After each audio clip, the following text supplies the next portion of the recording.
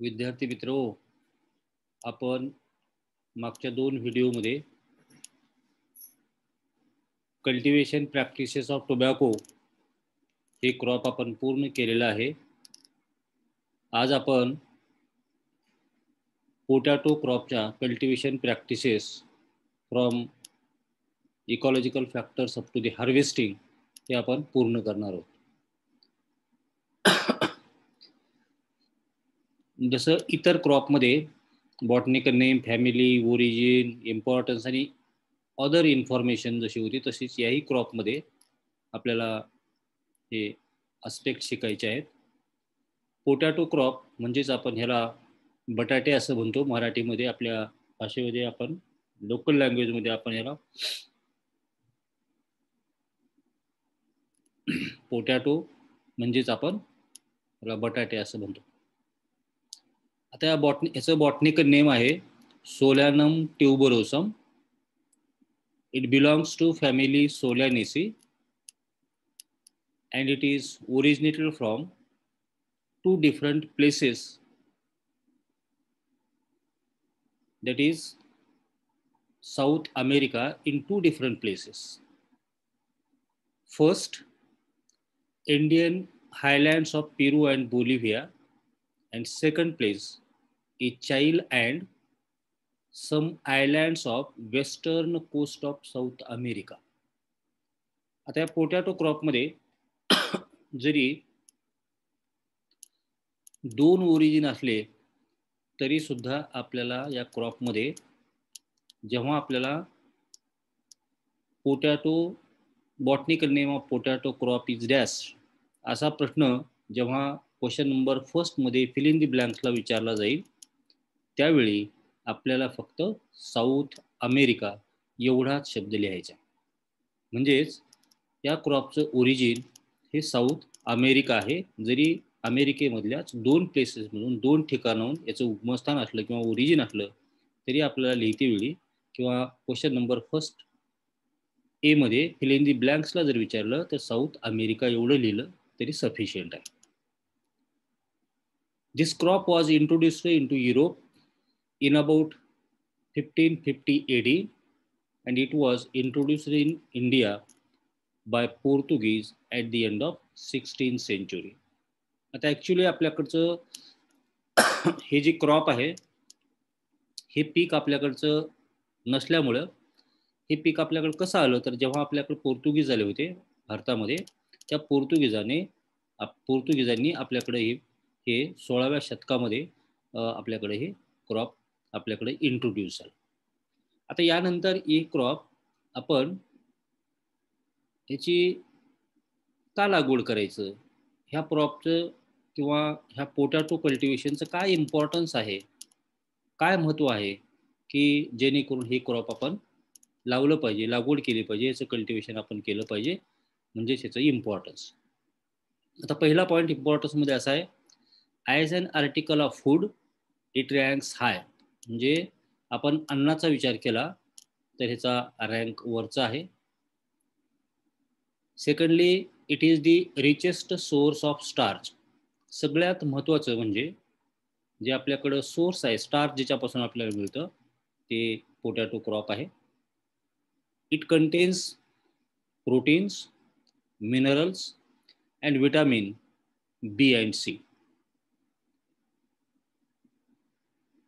It's calorific value is high. म्हणजे पोटॅटोचं आपण सेवन केलं, आपण पोटॅटो वेगवेगळ्या फॉर्ममध्ये आपण जर आपल्या पोटामध्ये आपण खाल्लं किंवा अन्न म्हणून याचा वापर केला तर त्यापासून आपल्याला जी कॅलरीज मिळते किंवा आपल्याला ज्या कॅलरीज मिळतात त्या कॅलरीज ह्याची कॅलोरिफिक व्हॅल्यू म्हणजेच ह्या कॅलरीज आपल्याला खूप जास्त मिळतात जेणेकरून आपल्याला त्यापासून खूप एनर्जी मिळते बॉडी गोईंग ॲक्टिव्हिटीसाठी. आणि शेवटचं it produces more food per unit area than any other serial crop. आता इतर कुठल्याही सिरियल क्रॉपपेक्षा ज्वारी असेल, बाजरी असेल, गहू असेल किंवा इतर कुठल्याही क्रॉपपेक्षा पोटॅटो या क्रॉपची प्रति हेक्टरी पर हेक्टर यील्ड ही सगळ्यात जास्त मिळते. म्हणजे एका हेक्टर एरियामध्ये जवळपास 125 क्विंटलपेक्षा सुद्धा जास्त ही यील्ड आपल्याला या क्रॉपपासून मिळू शकते. हे इम्पॉर्टन्स आहे आणि हे महत्त्व असल्यामुळं या क्रॉपचं आपण कल्टिवेशन करायला पाहिजे. आता यानंतर आपल्याला या क्रॉपचं एरिया आणि प्रोडक्शन थोडक्यात पाहिजे. The most important potato growing countries in the world are USSR, Poland, Germany, France and USA. ह्या एवढ्या जगामधले जे देश आहेत, या जगातल्या एवढ्याच देशामध्ये हे मेजर किंवा मुख्य पीक म्हणून लागवड केली जाते. आता भारताचा विचार केला, in India potato is grown over 6.13,000 hectare land and its production is 8.3 million tonnes. आता भारताचा जर विचार केला आपण तर भारताच्या वेगवेगळ्या स्टेटमध्ये, राज्यांमध्ये या क्रॉपची लागवड केली जाते. पण भारतातलं उत्तर प्रदेश हे एकमेव स्टेट असं आहे की त्याचा एरिया आणि प्रोडक्शनमध्ये पहिला क्रमांक लागतो. म्हणजे सगळ्यात जास्त पोटॅटोचं कल्टिवेशन हे उत्तर प्रदेशामध्ये केलं जातं, विच कॉन्ट्रीब्युट्स टू 35% एरिया. म्हणजे जवळपास भारताचा जेवढा पोटॅटोच्या लागवडीखाली एरिया आहे त्याच्या 35% एका UP मध्ये आहे. त्यानंतर दुसरा नंबर लागतो बिहारचा 20%, वेस्ट बेंगॉल 15% आणि बाकी राहिलेला जो एरिया आहे जवळपास 30% area to all over the other states of India. त्यानंतर in Maharashtra Pune and Satara contributes to 80% area. म्हणजे महाराष्ट्राचा विचार केला, पुणे आणि सातारा हे दोनच जिल्हे ज्याच्यामध्ये 80% पोटॅटोचं कल्टिवेशन होतं. आणि त्यानंतर अहमदनगर अँड नाशिक याचा 10% एरिया आणि राहिलेला जो 10% एरिया आहे, राहिलेला जो 10% एरिया आहे तो एरिया स्कॅटर्ड आहे विदर्भ आणि मराठवाड्याच्या काही भागामध्ये. It is taken as A rabi crop in Pune and Nashik while as kharif crop in Satara and Ahmednagar district. हे झालं याचं एरिया आणि प्रोडक्शन. आता यानंतर आपल्याला पाहायचं आहे याचे इकॉलॉजिकल फॅक्टर्स, इकॉलॉजी. आता इकॉलॉजीमध्ये म्हणजे या क्रॉपला लागवड करण्यासाठी किंवा कल्टिवेशन प्रॅक्टिसेस फॉलो करण्यासाठी किंवा कल्टिवेशन करण्यासाठी कुठल्या टाईपचे सॉईल, कुठल्या टाईपचं क्लायमेट, म्हणजे जे वेदर एलिमेंट्स आहेत ते कुठले लागतात हे आपल्याला शिकायचे. याच्यामध्ये it is a cool climate crop require temperature range between 15 degree centigrade to 25 degree centigrade. 20 degree centigrade temperature is best for vegetative growth. म्हणजे झाडांची फक्त पानं, फुलं, खोड आणि इतर भागांची वाढ व्हायची असेल त्याला आपण व्हेजिटेटिव्ह ग्रोथ असं म्हणतो. आणि हे व्हेजिटेटिव्ह ग्रोथ होण्यासाठी आपल्याला हे टेम्परेचर जवळपास 20 डिग्री सेंटीग्रेड हे सफिशियंट होतं.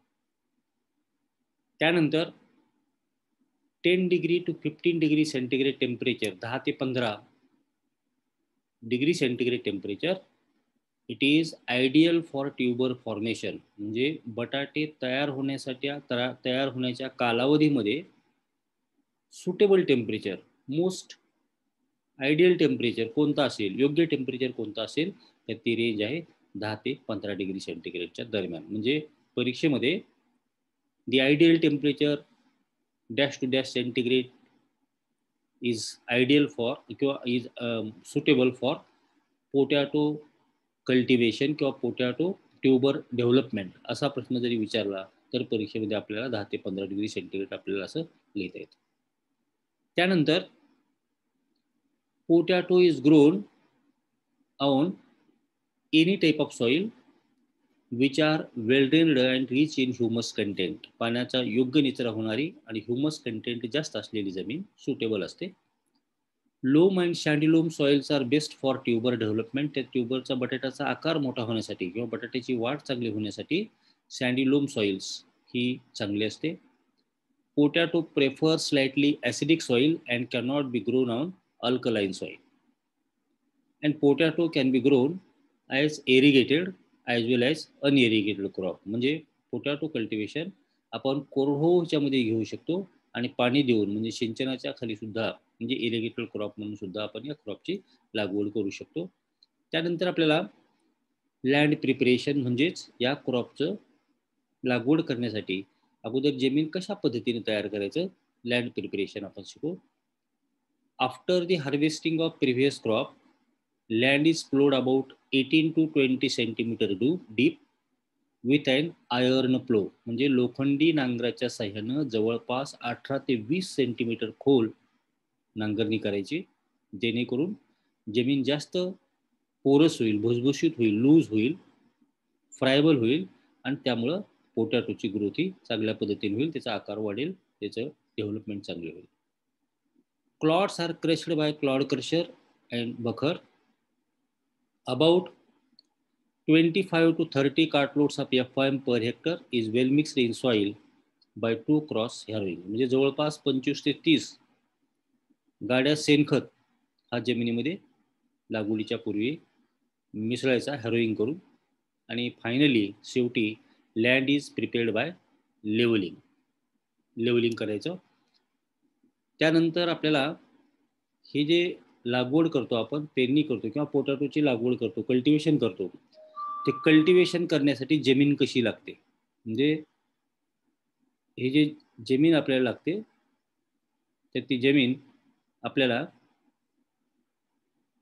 कशी तयार करायची आपण हे पाहिल्यानंतर आपल्याला आता सध्या पोटॅटोची लागवड करायची, तर लागवडीसाठी कोणता पार्ट वापरतो आपण, कशा टाईपचे पोटॅटो किंवा कशा टाईपचे बटाटे निवडायचे, त्याला आपण सिलेक्शन ऑफ पोटॅटोज किंवा selection of tubers for potato cultivation आपल्याला शिकायचे. आता बटाटे कसे निवडायचे, कुठून आणायचे, कशा पद्धतीने लागवड करायची त्याचं आपण पाहू. Potato used for planting should be free from viral diseases. आता व्हायरस हा जो वेगवेगळे रोग आहेत, या रोगापासून ते बटाटे फ्री असायला पाहिजे, त्याचे इन्फेक्शन कुठलेही झालेलं नसायला पाहिजे. Potatoes produced in Simla are free from bacterial wilt and other viral diseases. म्हणजे सिमला एरिया हा खूप हिली रिजनला आहे, उंच भागामध्ये आहे. उंच भागात असल्यामुळं त्या ठिकाणी आफिड्स राहत नाहीत, आणि आफिड्स कमी असल्यामुळं त्याच्यावर जे आफिड्सवर जे व्हेक्टर्स असतात हे कॅरियर म्हणून काम करतात, ते त्या ठिकाणी जिवंत राहत नाहीत, म्हणून they are free from the viral disease. असे बटाटे आपण त्या ठिकाणी शक्यतो सिलेक्शन करायचं. Because the aphids are the vectors of the viruses, they cannot thrive under cool climate of hilly regions or hills. Therefore, it is necessary to bring virus-free seed material every year from hill regions in Maharashtra state. In Maharashtra, seeds obtained from Simla cannot be used for planting more than 2 seasons, and in other state, it is used for 6 to 7 seasons. Potato tubers should be healthy, uniform in size, true to type, and free from the diseases. एक तर healthy असले पाहिजेत, म्हणजे disease free असले पाहिजेत, त्याची योग्य वाढ झाली पाहिजे, युनिफॉर्म वाईज वाढ म्हणजे युनिफॉर्म साईजचे असले पाहिजेत, आणि ट्रू टू टाईप म्हणजे जेनेटिकली ते प्युअर असले पाहिजेत. म्हणजे जे पोटॅटो आपण पेरले किंवा त्याची लागवड केली तशाच टाईपचे पोटॅटो हे पुढच्या जनरेशनमध्ये आपल्याला मिळाले पाहिजेत. अशा टाईपचे पोटॅटोज आपल्याला निवडायचे. अशा टाईपचे ट्यूबर्स सुद्धा म्हणतो आपण, ट्यूबर्स आपल्याला निवडायचे आहेत. Medium to large size tuber should be used for planting. आता बटाट्याचा आकार खूप मोठा असतो. मोठे बटाटे जर आपण लावले तर आपल्याला सीड रेट हा जास्त लागतो लागवडीसाठी, जे बियाणं म्हणून वापरतो आपण तो जास्त लागतो. म्हणून शक्यतो मध्यम ते लहान आकाराचे बटाटे प्लॅन्टिंगसाठी आपण प्रेफर करतो. त्यानंतर big tubers, they are cut into 2 pieces. मोठे ट्यूबर्स आहेत, मोठे बटाटे दोन ह्याच्या भागामध्ये त्याला कट करायचं, कापायचं. प्रत्येक कापलेल्या भागाचं वजन हे जवळपास 30 ग्रॅमपेक्षा कमी नसायला पाहिजे, 30 ग्रॅम असलं पाहिजे, आणि त्याच्यावर प्रत्येक भागावर 2 ते 3 डोळे असले पाहिजेत, म्हणजेच आयबर्ड्स असले पाहिजेत. Cut the potatoes into 2 pieces, each about 30 gram in weight and should have 2 to 3 eyebuds. त्यानंतर होल ट्यूबर्स म्हणजे whole medium size tubers gives higher yield than big size tubers cut into 3 pieces. म्हणजे मध्यम आकाराचे as it is म्हणजे cut न करता जशाला तसे बटाटे जर आपण यूज केले मध्यम आकाराचे तर उत्पन्न जास्त येतं. कशापेक्षा तेच बटाटे मोठे बटाटे 3-4 पीसेसमध्ये कट केलं आणि त्याच्यानंतर लावलं तर. म्हणजे शक्यतो काय करायचं, मध्यम आकाराचे बटाटे जशाला तसे कट न करता शक्यतो आपण लागवडीसाठी बियाणं म्हणून त्याचा वापर करायचा. त्याच्यानंतर very small size tubers less than 15 gram in weight. म्हणजे आपण बाजारामध्ये बऱ्याच वेळा पाहतो की एकदम छोट्या छोट्या आकाराचे आपल्याला बटाटे छोटे छोटे पूर्ण डेव्हलपमेंट न झालेले बटाटे छोटे छोटे जे असतात की ज्या बटाट्याचं वजन आपण जर केलं एका बटाट्याचं वजन 15 ग्रॅमपेक्षा कमी असेल असे बटाटे प्लॅन्टिंगसाठी लागवडीसाठी सीड मटेरियल म्हणून अजिबात यूज करायचं नाही. आता अशा टाईपचं मटेरियल किंवा अशा टाईपचे पोटॅटो ट्यूबर्स आपण प्लॅन्टिंगसाठी लागवडीसाठी वापरायचं. आता याच्यावर तुम्हाला परीक्षेत प्रश्न कसा येतो, what type of tubers you will select for potato cultivation, किंवा write short note on planting selection of planting material in potato. असा प्रश्न जर आला तर हे सिलेक्शनचे पॉईंट तुम्हाला कशा पद्धतीचे हे आले त्याचे पॉईंट लिहायचे. आता यानंतर आपल्याला बघायचे नेक्स्ट तर सीड ट्रीटमेंट. आता पोटॅटोला सीड ट्रीटमेंट कोणती देतो, आता हे ॲक्च्युली आपण ही सीड ट्रीटमेंट पोटॅटोमध्ये कोणती देतो तर ही तुम्हाला मी जवळपास आपण 11वीमध्ये पूर्ण डिटेलमध्ये आपण शिकलेलो आहोत. पोटॅटोमध्ये काय असतो की जवळपास 2.5 ते 3 महिन्याचा एक डॉर्मन्सी पिरियड असतो. डॉर्मन्सी म्हणजे काय तुम्हाला माहिती आहे, it is an internal condition of a viable seed which does not allow for its actual germination although suitable temperature, moisture and aeration etc. are provided to them. म्हणजे बऱ्याच वेळा त्याला सगळ्या कंडिशन्स प्रोव्हाइड करून सुद्धा त्या सीड्स जर्मिनेट होत नाहीत कारण त्याच्यामध्ये एक सुप्त अवस्था असते. तेवढी सुप्त अवस्थेचा कालावधी संपल्याशिवाय किंवा जाणून बुजून काही सीड ट्रीटमेंट देऊन तो संपवल्याशिवाय आपण त्याला बियाणं म्हणून त्याचा वापर करू शकत नाही कारण ते उगवू शकत नाही. तर ह्याच्यामध्ये सुद्धा पोटॅटोमध्ये जवळपास 2.5 ते 3 महिन्याचा हा डॉर्मन्सी पिरियड असतो आणि एकदा बटाट्याची आपण आज हार्वेस्टिंग केली, आज काढणी केली तर ते बटाटे जवळपास आपण 2.5 ते 3 महिने बियाणं म्हणून वापरू शकत नाही. आणि जर आपल्याला हे बियाणं म्हणून वापरायचं असेल तर त्यासाठी आपल्याला एक सीड ट्रीटमेंट द्यावी लागते आणि नंतर ते ट्रीट केलेले सीड्स बटाटे आपल्याला लागवडीसाठी वापरू शकतो आपण. आता कोणती सीड ट्रीटमेंट देतो, we cannot use the tubers for planting before this dormancy period is over or deliberately purposely terminated or reduced.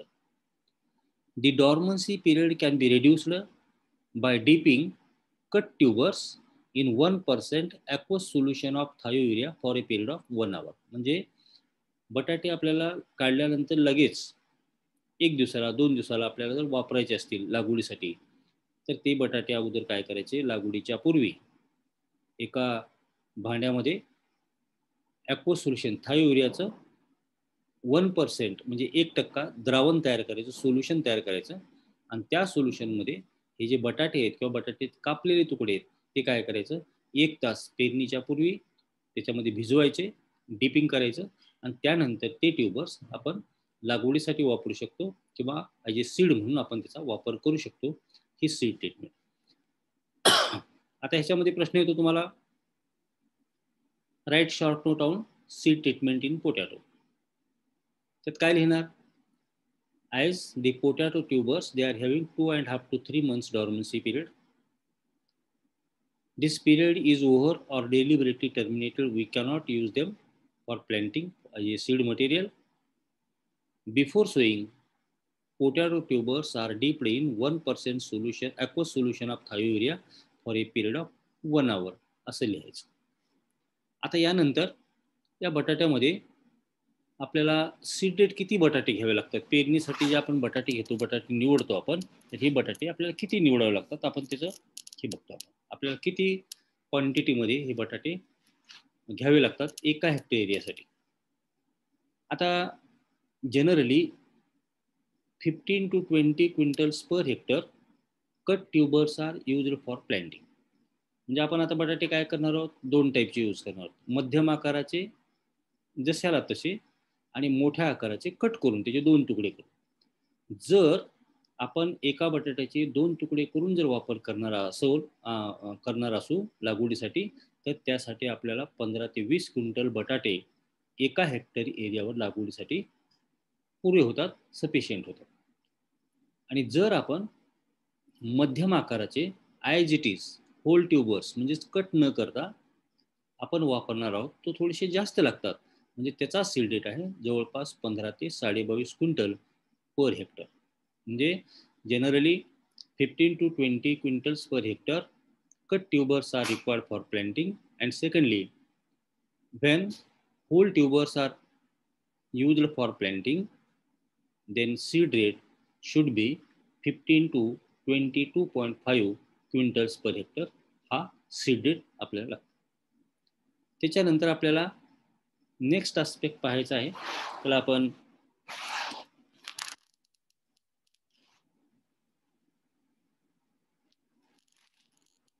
Planting of potato tuber. आता पोटॅटोची आपल्याला लागवड करायची. आपण सिलेक्शन केलं, बियाणं निवडलं, पोटॅटोज घेतले, जमीन तयार केली, त्यासाठी कोणत्या टाईपची सॉईल लागते हे आपण पाहिलं.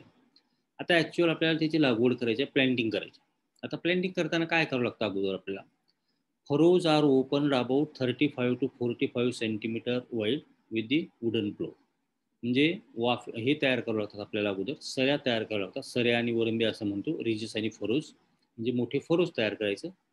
जवळपास ते एकमेकापासून किती रुंद असले पाहिजे, त्याची रुंदी 35 ते 45 सेंटीमीटर रुंद असे तयार करायचे. त्या फरोजमध्ये बेसला अगोदर जे काही आपल्याला खतं द्यायची, खताची मात्रा द्यायची आहे, त्या फर्टिलायझर्स त्याच्यामध्ये टाकायचे. Fertilisers are applied in furrows by hand. त्यानंतर the tubers are planted at the bottom of furrow. त्या ह्याच्यामध्ये फरोमध्ये जवळपास 15 ते 22.5 सेंटीमीटरवर एक असे बटाटे एकानंतर एक सिक्वेन्सने पुढे टाकायचे. आणि त्याच्यानंतर परत दुसरा तिसरा चौथा पाचवा असे फरोज ओपन करायचे. आता जेव्हा हे पूर्णच्या पूर्ण फील्डमध्ये फरोजमध्ये लागवड पूर्ण होईल, त्यावेळी हे जे फील्ड आहे, हे फील्ड काय करायचं, त्याच्या छोट्या छोट्या बेड्स तयार करायचे. Immediately after planting beds of 3.5 into 2.5 metre म्हणजेच 3.5 by 2.5 मीटर या साईजचे वाफे तयार करायचे. और any suitable size are prepared and then we have to irrigate them slowly. वाफे तयार करायचे आणि त्याला हळूवारपणे त्याला पाणी द्यायचं, इरिगेशन द्यायचं. Then the tuber starts to germinate 8 to 10 days after planting, and this germination is completed within a period of 15 days. म्हणजे बटाटे उगवायला सुरुवात होते 8 ते 10 दिवसामध्ये आणि पूर्ण त्याची उगवण किंवा पूर्ण जर्मिनेशन हे एकूण 15 दिवसामध्ये हे पूर्ण होतं. याला आपण प्लॅन्टिंग असं म्हणतो. आता प्लॅन्टिंगच्या नंतर आपल्याला दुसरं पाहिजे इंटरकल्चर, आंतरमशागत असं म्हणतो आपण त्याला. इंटरकल्चर, आंतरमशागत, यालाच आपण दुसरं नाव आहे. हे आपल्याकडं दोनच क्रॉपमध्ये दुसरं नाव दिलेलं आहे. एक त्याच्या मागचं क्रॉप आपण जे पाहिले टोबॅको क्रॉपमध्ये आफ्टर केअर, म्हणजे आफ्टर जर्मिनेशन, पिकाची उगवण झाल्यानंतर जी काळजी त्या पिकाची घ्यायची त्याला आपण आफ्टर केअर असं म्हणतो. ते टोबॅकोमध्ये एक आहे आणि या पोटॅटो क्रॉपमध्ये. आता बऱ्याच वेळा प्रश्न येतो after care, write short note on after care in potato. After care in potato म्हणजेच काय, इंटरकल्चरच लिहायचे तुम्हाला त्यात. आता इंटरकल्चर म्हणजे काय, आंतरमशागतीमध्ये काय करतो आपण बघा. In kharif and rabi crop first weeding is done when the plants are about 15 to 20 centimetre in height. आता बघा खरीपामध्ये आणि रबीमध्ये सुद्धा आपण पहिली खुरपणी जेव्हा हे पीक 15 ते 20 दिवसाचं होतं, उंचीचं होतं, त्यावेळी करायची. त्याच वेळी at the same time a light earthing up is given to the crop. म्हणजे थोडी त्याला काय करायचं, त्या पिकाच्या बुडाला दोन्हीकडूनही माती लावणे म्हणजेच त्याला आपण अर्थिंग अप ऑपरेशन असं म्हणतो.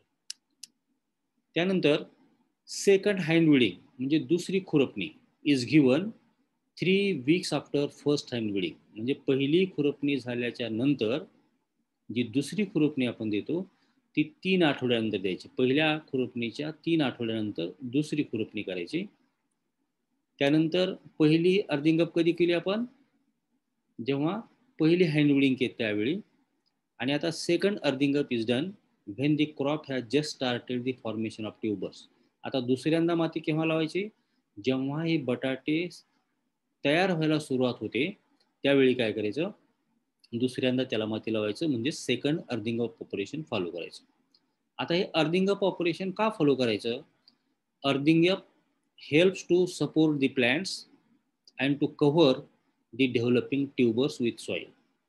एकतर काय होतं, आपण माती लावल्यामुळं पिकांच्या दोन्हीकडूनही माती लावल्यामुळे पिकांना सपोर्ट मिळतो आणि जे बटाटे जमिनीमध्ये तयार होतात ते बटाटे मातीने झाकले जातात. आता जर आपण असं नाही केलं तर बऱ्याच वेळा असं होतं की मातीनं न झाकल्यामुळे बटाटे असं ॲटमॉस्फिअरमध्ये ओपन होतात, वर जमिनीच्या वर आपल्याला दिसतात आणि जमिनीच्या वर दिसलेला जो बटाट्याचा पार्ट आहे त्याच्यावर सूर्यप्रकाश पडतो आणि ज्या बटाट्याच्या भागावर सूर्यप्रकाश पडलाय तो तेवढाच भाग, त्या बटाट्याचा तेवढाच भाग हा गच्च आणि हिरवा बनतो आणि तो आपल्या खाण्यासाठी योग्य राहत नाही. म्हणजेच exposed tuber turn green in colour and become unfit for human consumption. म्हणजे तो खाण्यासाठी योग्य राहत नाही, हिरवा बनतो आणि गच्च बनतो. म्हणून काय करायचं? दोन्हीकडूनही माती लावायची आणि बटाटे झाकलेले जमिनीमध्ये ठेवायचे, त्याला सूर्यप्रकाशाच्या सानिध्यामध्ये एक्सपोज होऊ द्यायचे नाही. दिस इज अबाउट दी इंटरकल्चर, म्हणजेच त्याला आपण आफ्टर केअर असं म्हणतो. आता नेक्स्ट आस्पेक्ट जो आहे तो नेक्स्ट आस्पेक्ट म्हणजे मॅन्युअरिंग. म्हणजे आपण काय करतो, त्याला खतं कशी द्यायची, खत किती द्यायचा, केव्हा द्यायचा, कोणत्या फॉर्ममध्ये द्यायचा. आपण 25 ते 35 टन FIM तर आपण तेव्हा कार्टलोड FIM आपण जमीन तयार करताना शेणखत दिलेलं आहे. त्याच्या व्यतिरिक्त आपण जे रासायनिक खताची मात्रा देतो त्याला आपण रिकमेंडेड डोस ऑफ फर्टिलायझर असं म्हणतो. ते बघा आपल्याला किती द्यायचं आहे. recommended dose of fertilizer for potato in Maharashtra state is 162 kg NPK per hectare. म्हणजे रिकमेंडेड डोस काय? 100 किलो नायट्रोजन, 100 किलो फॉस्फरस आणि 62 किलो पोटॅश पर हेक्टर हा डोस आहे. आता हा डोस आहे पण हा कधी द्यायचा आपल्याला बघा. 3/4 क्वांटिटी ऑफ नायट्रोजन जो 100 किलो आहे त्यातला 3/4 भाग, 3/4 नायट्रोजन आणि पूर्ण पोटॅश आणि phosphorus. Total dose of phosphorus and potash along with 3/4 quantity of nitrogen is given at the time of planting. जेव्हा लागवड करतो आपण त्या फरोमध्ये तेव्हा हे टाकायचं. आणि राहिलेली 25% म्हणजे 1/4 quantity of nitrogen is given at the time of earthing up. जेव्हा आपण माती लावतो पिकांना त्यावेळी राहिलेली 25% खताची म्हणजे नायट्रोजनची मात्रा त्यावेळी द्यायची. आता जनरली आपण इतर क्रॉपला काय करतो, पोटॅश देतो आपण. पोटॅश आपण देताना काय करतो, म्युरेट ऑफ पोटॅशच्या फॉर्ममध्ये देतो. म्युरेट ऑफ पोटॅश MP असं म्हणतो आपण त्याला. पण या क्रॉपमध्ये potash should not be given in the form of muriate of potash but it should be given in the form of sulfate of potash. But चौथा point, potash should be given in the form of sulphate of potash. म्हणजे कोणत्या फॉर्ममध्ये द्यायचं नाही, muriate of पोटॅशच्या फॉर्ममध्ये ह्याला द्यायचं नाही. का द्यायचं नाही बघा.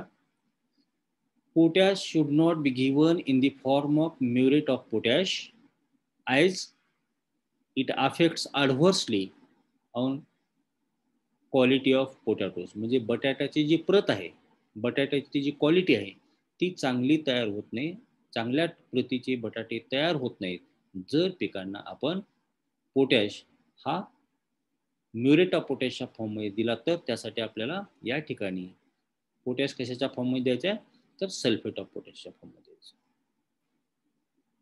त्यानंतर या क्रॉपचं इरिगेशन म्हणजे आपल्याला या पिकाला आता पाणी द्यायचं जर पीक घेतलं आपण, इरिगेटेड क्रॉप जर आपण पोटॅटोचं घेतलं, तर इरिगेटेड क्रॉपला पाणी कसं द्यायचं, किती दिवसानंतर द्यायचं, हे आपल्याला पाहायचंय. आता ह्याच्यामध्ये इरिगेशनमध्ये बघा, generally no irrigation is required for kharif crop. म्हणजे खरीप सीझनमध्ये, म्हणजे पावसाळ्यामध्ये आपण जर हे पीक घेतलं तर त्याला शक्यतो पाणी द्यायची गरज पडत नाही. पण जेव्हा पाऊस खूप ओढ देतो, म्हणजे दोन पावसातील अंतर जर खूप जास्त असेल, तर अशा वेळी 1 किंवा 2 पाणी गरजेनुसार त्या पिकाला द्यायचं. When there is long dry spell, म्हणजे पाऊसच जास्त दिवस पडला नाही, तर then 1 or 2 irrigations may be given. 1 किंवा 2 पाणी गरजेनुसार त्याला द्यायचं. हे कसं खरीपमध्ये. For rabi crop, first irrigation म्हणजे पहिलं पाणी, first irrigation is given immediately after planting and second irrigation 1 week after planting, म्हणजे 1 आठवड्यानंतर. ह्याच्यानंतर पुढचे इरिगेशन म्हणजे सबसिक्वेंट इरिगेशन, काढणी करेपर्यंतचे. Subsequent irrigations may be given at an interval of 6 to 8 days. The irrigation interval may be short during grand growth period and tuber formation stage. हे बटाटे form होत असताना, ट्युबर फॉर्मेशन होत असताना थोडंसं कमी अंतरानं पाणी द्यायचं, म्हणजे थोड्या थोड्या दिवसाला पाणी द्यायचं, त्याची वाढ चांगल्या पद्धतीने व्हावी म्हणून. The interval may be longer during early and late growth stages, म्हणजे सुरुवातीच्या काळामध्ये आणि शेवटच्या टोकाला थोडंसं इंटरवल कमी जास्त केला तरी चालतो. The irrigation water should not be salty as potash can not tolerate potato can not tolerate saline condition. म्हणजे पाणी जे आपण देतो ते साल्टी म्हणजे क्षारयुक्त पाणी नसायला पाहिजे, कारण जेणेकरून जर क्षारयुक्त पाणी असेल तर हे पोटॅटो क्रॉप हे क्षारयुक्त किंवा क्षार हे सहन करत नाही, सस्टेन करत नाही, कॅनॉट टॉलरेट करत नाही saline condition of soil.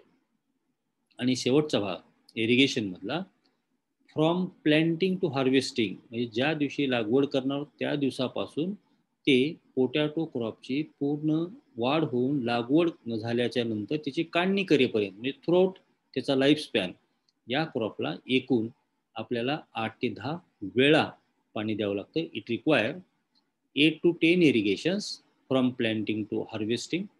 This is about the irrigations, म्हणजे याला आपण पाणी कशा पद्धतीने द्यायचं आणि किती देऊ शकतो ते.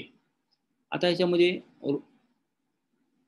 रोटेशन, म्हणजे हे क्रॉप कोणत्या क्रॉपवर आपण रोटेट करतो की पिकांची फेरपालट आपण कशी करतो. आता रोटेशन म्हणजे काय, it is more or less systematic recurrent succession of the crops year after year on same piece of land. म्हणजे क्रॉपचं रोटेशन करणे, एक पीक पद्धती घेणे, म्हणजे एकच दरवर्षी पोटॅटो क्रॉप घेतलं तर ते योग्य होत नाही, म्हणून आपण काय करतो, पिकाची फेरपालट करतो, आपण क्रॉप रोटेट करतो.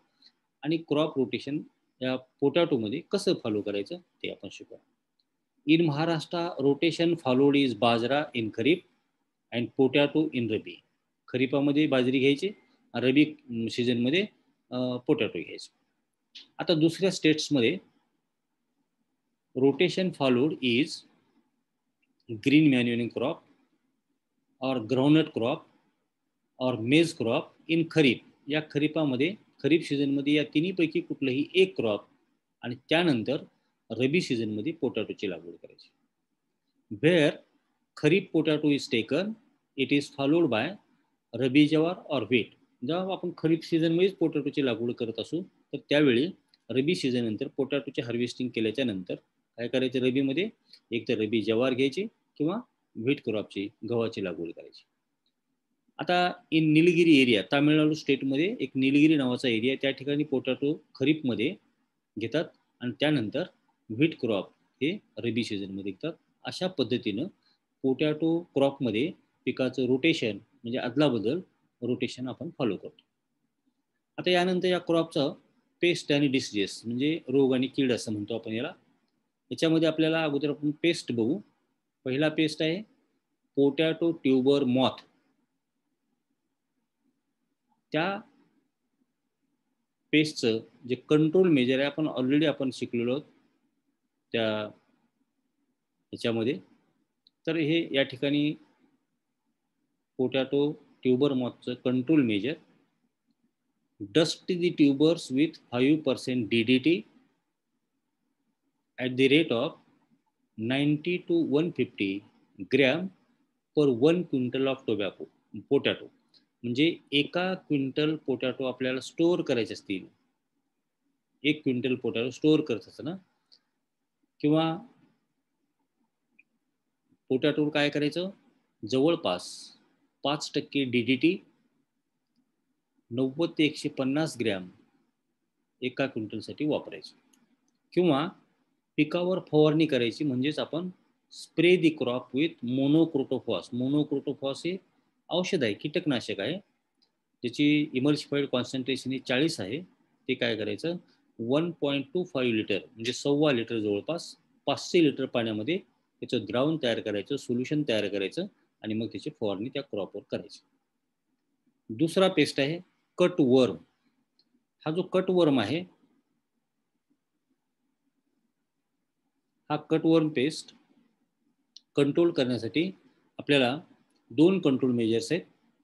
त्याला आपण एक अप्लाय अल्ड्रीन डस्ट आहे 5% at the rate of 20 kg per hectare in soil. म्हणजे जमिनीमध्ये ही जी बुकटी आहे जवळपास 20 किलो प्रति हेक्टरी जमिनीमध्ये मिसळायची, किंवा हेप्टॅक्लोर नावाची डस्ट आहे, ती डस्ट 50 किलो प्रति हेक्टरी 50 किलो प्रति हेक्टरी आपल्याला जमिनीमध्ये ती पण टाकून आपल्याला या पेस्टचं कंट्रोल मेजर फॉलो करता येईल. तिसरा डिसीज आहे व्हाईट. तिसरा जो पेस्ट आहे जो व्हाईट ग्रब असं म्हणतो आपण. आता याचं कंट्रोल मेजर आहे spray the crop with DDT 50 WP. 50 WP चा अर्थ 50% 50 WP म्हणजे वेटेबल पावडर, म्हणजे पाण्यात विरघळण्याचं प्रमाण आहे त्याचं, at the rate of 4 kg in 500 litres of water. म्हणजे हे 50% पाण्यात विरघळणारी DDT बुकटी आहे, ती काय करायचं, 500 लिटर पाण्यामध्ये 4 किलो डिझॉल्व्ह करायचं, त्याचं सोल्युशन तयार करून क्रॉपवर स्प्रेइंग करायची, किंवा कार्बारिल नावाची बुकटी 50 WP 1 किलो 500 लिटर पाण्यामध्ये द्रावण करून सोल्युशन तयार करून त्याची स्प्रेइंग करायची. त्यानंतर जो शेवटचा पेस्ट आहे त्याला आपण आफिड्स असं म्हणतो, मावा पडणे असं म्हणतो आपण त्याला. Spray the crop with 20% endrin solution, 20% endrin solution, किंवा malathion at the rate of 500 ml in 500 litres of water. म्हणजे प्रत्येक एका लिटरला 1 ml या हिशोबानं, म्हणजे 500 लिटर पाण्यामध्ये 500 ml औषध त्या याच्यामध्ये मिसळायचं, सोल्युशन तयार करायचं, आणि प्रत्येक 15 दिवसाला एकदा अशी स्प्रेइंग करायची, जेणेकरून आपल्याला हे आफिड्स हा जो पेस्ट आहे हा आपल्याला कंट्रोल करता येईल. आता यानंतर आपल्याला पाहिजेत या क्रॉपचे डिसीजेस काय, कोणते, रोग कोणते आहेत. आता ह्याच्यामध्ये पहिल्यांदा आपल्याला 2 डिसीजेस आहेत, अर्ली आणि लेट ब्लाइट असं म्हणतो आपण. अर्ली ब्लाइट आणि late blight diseases. Both these diseases can be controlled by spraying the crop with Bordeaux mixture. Bordeaux mixture, आता याची प्रोसिजर, बोर्डॅक्स मिक्सचर काय असतं हे आपण नंतर शिकू. बोर्डॅक्स मिक्सचर म्हणजे त्याची डिटेल्स थोडक्यात सांगतो तुम्हाला. Bordeaux mixture is the mixture of CaCO3 म्हणजे calcium carbonate plus CuSO4 copper sulphate plus water. म्हणजे चुना, मोरचूक आणि पाणी 5:5:50 या प्रमाणामध्ये एकत्र मिसळून त्याचं सोल्युशन तयार करून, 2 सोल्युशन वेगळे तयार करून हे एकत्र मिसळायचे, आणि ते जे सोल्युशन तयार होईल त्याला आपण बोर्डॅक्स मिक्सचर असं म्हणतो. आता बऱ्याच वेळा आपण पाहतो की जे फळझाडं आहेत, फळझाडांच्या जो खोड असतं खालचं, त्या खोडाला आपल्याला कलर लावल्यासारखं, एक निळ्या कलरचं पेंट लावल्यासारखं आपल्याला दिसतं. तर ते दुसरं तिसरं काही नसून ते फंजीसाईड आहे, म्हणजे बुरशीनाशक असतं ते, आणि ते बुरशीनाशक हे म्हणजेच बोर्डॅक्स मिक्सचर नसून ते बोर्डॅक्स पेस्ट असतं, थोडंसं घट्ट तयार केलेलं असतं, त्यामुळे त्याला आपण बोर्डॅक्स पेस्ट असं म्हणतो.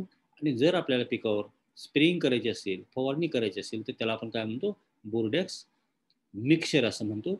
त्याच्यामुळं हे या क्रॉपचं किंवा अर्ली ब्लाईट आणि अर्ली ब्लाईट आणि लेट ब्लाईट ही दोन्ही डिसिजेस आहेत हे कंट्रोल करण्यासाठी आपल्याला क्रॉप आपल्याला स्प्रेइंग करावं लागते with the help of Bordeaux mixture 5:5:50 किंवा पेरिनॉक्स असेल किंवा कॉपर ऑक्सी क्लोराईड असेल 50 WP किंवा डायथेन Z78 असेल जवळपास 1.25 लिटर म्हणजेच 1.25 kg in 500 litres of water म्हणजे 500 लिटर पाण्यामध्ये ते टाकायचं ते सोल्युशन तयार करून आपण स्प्रेइंग करून याचं कंट्रोल मेजर फॉलो करू शकतो. आता तो दुसरा डिसीज आहे त्याला आपण तांबेरा पडला असं म्हणतो. तांबेरा म्हणजे त्याला आपण माईट डिसीज असं म्हणतो. आता यासाठी पहिलं control measure give lime sulphur wash किंवा लाईम सल्फर स्प्रे. दुसरं control measure spray the crop with micronised wettable sulphur म्हणजे जवळपास जे गंधक असतं आपलं सल्फर म्हणजे गंधक पण कोणतं गंधक पाण्यामध्ये विरघळणारं गंधकाची बुकटी जवळपास 1 किलो 500 लिटर पाण्यामध्ये सोल्युशन तयार करायचं आणि मग त्याची स्प्रेइंग करायची म्हणजे micronised wettable sulphur at the rate of 1 kg in 500 litres of water per hectare. हे झाले पेस्ट. आता आणखी एक डिसीज आहे व्हायरल डिसीज म्हणजे व्हायरसेस पासून होणारा जो रोग आहे त्याला आपण मोजॅक्स म्हणतो. Use healthy tubers from hilly regions for planting purpose हे पहिलं control measure. Remove virus affected plants along with the tubers. Affected plants remove करायचे. आणि दुसरं control the aphids which are the carriers or vectors of the viruses म्हणजे aphids काय करायचे control करायचे की जेणेकरून ते कॅरियरचं काम करणार नाहीत व्हेक्टर म्हणून काम करणार एका ठिकाणून दुसऱ्या ठिकाणी व्हायरस नेण्याचं किंवा ट्रान्समिशन करण्याचं ते काम करणार नाहीत हे आपल्याला अवॉइड करावं लागेल. आता यानंतर या क्रॉपचा जो लास्ट बट वन भाग आहे किंवा भाग आहे नेक्स्ट भाग आपल्याला हार्वेस्टिंग असं म्हणतो. हार्वेस्टिंग ऑफ पोटॅटोची काढणी करणे. तर हा भाग आहे आपण हा जो भाग आहे काढणी करण्याचा जो भाग आहे तो भाग आपण काय करू पुढच्या ह्याच्यामध्ये आपण शिकू.